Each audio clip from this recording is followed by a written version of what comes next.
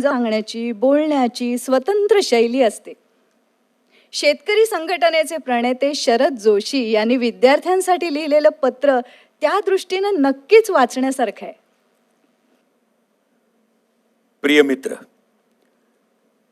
हे पत्र तुला लिहितो आहे, पण खरं तर महाराष्ट्रातील खेड्यापाड्यात जन्मलेल्या आणि यंदा महाविद्यालयात येऊन पोचलेल्या हजारो विद्यार्थी मित्रांना उद्देशून लिहितो आहे. वसतिगृहात राहायला मिळण्याइतकी ऐपत असलेले भाग्यवानच म्हणायचे. एखाद्या पुढाऱ्याची मुलं सोडल्यास वसतिगृहात मुलांना ठेवण्याची शेतकरी आईबापांची परिस्थिती कधीच नसते. बिचारी इकडे तिकडे उधार पाधार उसनवार करून आणि अक्षरशः आपलं पोट आवळून घेऊन पोरांना वसतिगृहात ठेवतात. पण त्यांच्या मुलांची वसतिगृहात कुचंबणा काही कमी होत नाही. पुढाऱ्यांच्या आणि शहरातल्या मुलांच्या सामानाचा झगमगाट पाहून डोळे दिपूनच जातात. थंडी वाजू नये म्हणून आईनं बळेच 2 गोधड्या दिलेल्या असतात. पण एक कमी पडत असून सुद्धा इतर पोरांच्या रंगीबेरंगी फुलांची नक्षी असलेल्या गाद्या, उशा, पलंगपोस, चादरी पाहिल्या म्हणजे आईची प्रेमाची गोधडी सुद्धा लपवून ठेवावीशी वाटते. श्रीमंत पोरांचं सगळंच वेगळं. नव्या कोऱ्या कपड्याच्या चळती, नवी पुस्तकं, छत्र्या, रेनकोट, काय न काय. पाहून हेवा तर वाटतोच, पण अगदी प्रामाणिकपणे सांगायचं तर आपल्या आईबापांचा रागही येतो. त्यांच्या गरिबीमुळे आपल्याला केवढा कमीपणा स्वीकारावा लागतो या चिडीत आईबाप, भावंड आपल्या शिक्षणाच्या सोयीकरता यंदा स्वतःसाठी नवे कपडे करणारच नाहीत याचा सुद्धा विसर पडतो. या भाग्यशाली झुळझुळीत कपड्यात मिरवणाऱ्या, दररोज नवीन घडीच्या रुमालावर सुगंध शिंपडणाऱ्या विद्यार्थ्यांबरोबर राहावं, त्यांच्यासारखं वागावं, दिसावं, मित्रमैत्रिणींच्या नजरेतील कौतुकाचा नजराणा गोळा करत फिरावं असं वाटणं अगदी नैसर्गिक आहे.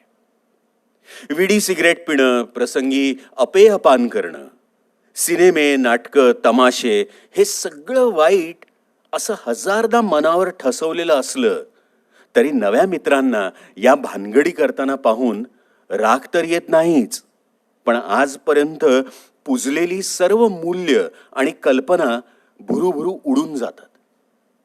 आणि एकदा का होईना त्यांच्यासारखं करावं, मग त्यासाठी लागेल त्या मार्गानं 2 पैसे उभे करावे. आवश्यक तर खऱ्या खोट्या सबबी सांगून घरून आणखी पैसे मागवून घ्यावे असं वाटणं अगदी साहजिकच आहे. पण या नवीन जगात स्थान मिळवणं सोपं नाही. अपरिमित कष्ट करूनही ते जमेल किंवा नाही शंकाच आहे. शहरातली पोरं आणि पुढाऱ्यांची पोरं नुसतीच श्रीमंत नाहीत. इंग्रजी माध्यमाच्या शाळेतून आली आहेत, एकमेकात सुद्धा फाडफाड इंग्रजी बोलतात. आपल्याला इंग्रजी बोलणं तर सोडूनच द्या, बोललेलं समजणं सुद्धा कठीण. त्या पोरांना इंग्रजी सिनेमातल्या नायिका सुद्धा काय बोलतात ते समजतं. आपल्याला प्राध्यापक काय बोलतात हे सुद्धा कळणं मुश्किल. अभ्यास करायचा कसा आणि पास व्हायचं तरी कसं? अभ्यासाचं हे रडगाणं तसं नवं नाही. सगळे विषय मराठीत होते तेव्हा सुद्धा पुस्तकं आपल्याशी बोलत नव्हती. गणिताच्या पुस्तकांची भाषा अबकच्या कामांची, आगगाडीच्या विमानांच्या वेगाची, गट्टमल मारवाड्याच्या फायद्या तोट्यांची, त्यात पीक पिकवण्याकरता लागणाऱ्या श्रमाची आणि खर्चाची बेरीज नव्हती. कर्जाच्या हिशेबात बँकेच्या अधिकाऱ्याला काही द्यावं लागत नव्हतं. भूगोलात पृथ्वी पाठीवरच्या लांब लांबच्या प्रदेशातील हवामानाची, पिकांची यादी होती, पण आपल्या भागात होणाऱ्या उत्पादनांचा आर्थिक भूगोल नव्हता. बळीराजानंतर शेतकऱ्यांचा राजा झाला फक्त शिवा, पण आमचा इतिहास किती थोर राजांची, सम्राटांची आणि धर्मवीरांची जंत्रीच्या जंत्री देत होता. आमच्या भूमितीच्या धड्यांना शेतांच्या आकाराचं, झाडांच्या उंचीचं विहिरीच्या गोलाईचं आणि बांधकामाचं वावडं होतं. आणि अबकडई त्रिज्येच्या वर्तुळाची परिमिती म्हटलं की आपले कान तर बंद. तीच गोष्ट बीजगणिताची.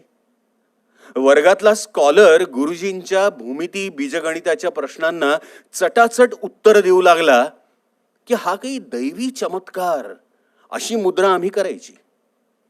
विज्ञानानं, रसायनानं मातीशी इमान कधी साधलंच नाही. हिंदुस्थानला लुटण्याची यंत्रणा राबवण्याकरता कारकून तयार करण्यासाठी शिक्षणाची व्यवस्था झाली. इंग्रज गेला तरी व्यवस्था तीच राहिली. आता काळ्या इंग्रजाच्या तैनातीला उभं राहण्याकरता कारकून पाहिजेत, अधिकारी पाहिजेत. ज्या खेड्यांना लुटायचं तेथील शेतकऱ्यांच्या पोरांना जमत असेल तर त्यांनी शिकावं, पास व्हावं. आणि सर्वांना समान संधीचं हे लोकशाही युग आहे. शेतकऱ्यांच्या पोरांना शहरातली परीक्षा म्हणजे हत्तीला दोरीवरच्या उड्या मारायला सांगण्यासारखं आहे. जमावं कसं? दरवर्षी 12वीतले पदवीच्या शेवटच्या वर्षातले शेकडो विद्यार्थी कपाळाला हात लावून बसतात. 2-4 वर्ष चैनीत बरी गेली, परीक्षा हाती पडणं दुरापास्त, नोकरी त्याहून कठीण. आता कोणत्या तोंडानं मायबापा पुढे जावं? शेकडो जण पळून जातात, मुंबईला जातात, जे मिळेल ते काम करतात. मायबाप तिकडे पोरांचं झालं तरी काय असेल या नव्या चिंतेनं तोंडात माती घालून घेतात. नाहीतर शिकलेली पोरं नोकरी बिकरी शोधतात आणि एक दिवस गावाकडे परततात.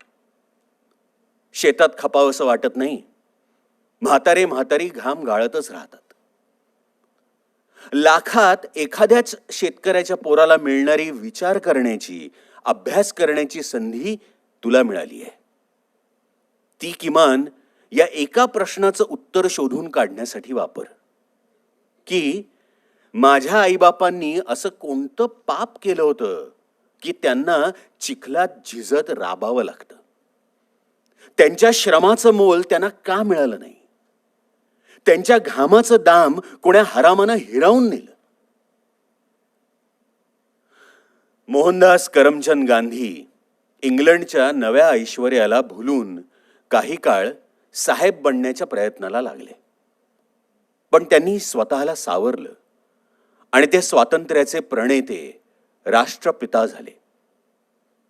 ते स्वतः इंग्लंडमधल्या सुखात रममाण झाले नाहीत. तुझ्या मायबापांना लुटणाऱ्यांच्या वैभवात बोटं बुडवून त्यात धन्यता मानण्याचा मोह पडू देऊ नकोस. आजची तुझी स्थिती सीतेच्या शोधासाठी गेलेल्या हनुमानासारखी आहे. लंकेचं वैभव, प्रासाद, तलाव, बाग बगीचे पाहून हनुमानही विस्मयचकित झाला. पण या रावणाच्या अजिंक्य, महाबलाढ्य, सुखसमृद्ध ऐश्वर्याचा उपभोग घेऊ असा विचार त्याच्या मनाला शिवलाही नाही. अशोकवनातील विरहदुःखी सीतेचा शोध त्यानं चालू ठेवला म्हणून रामायण घडलं. आज भूमिकन्या सीता पुन्हा वनवासात आहे. आम्ही भूमिपुत्र तिच्या विमोचनाच्या कामाला लागणार की लंकेश्वर रावणाच्या वैभवाचे वाटेकरी व्हायला बघणार? हा प्रश्न तुझ्या पुढे ठेवण्यासाठी हा पत्राचा प्रपंच. तुझा शरद जोशी.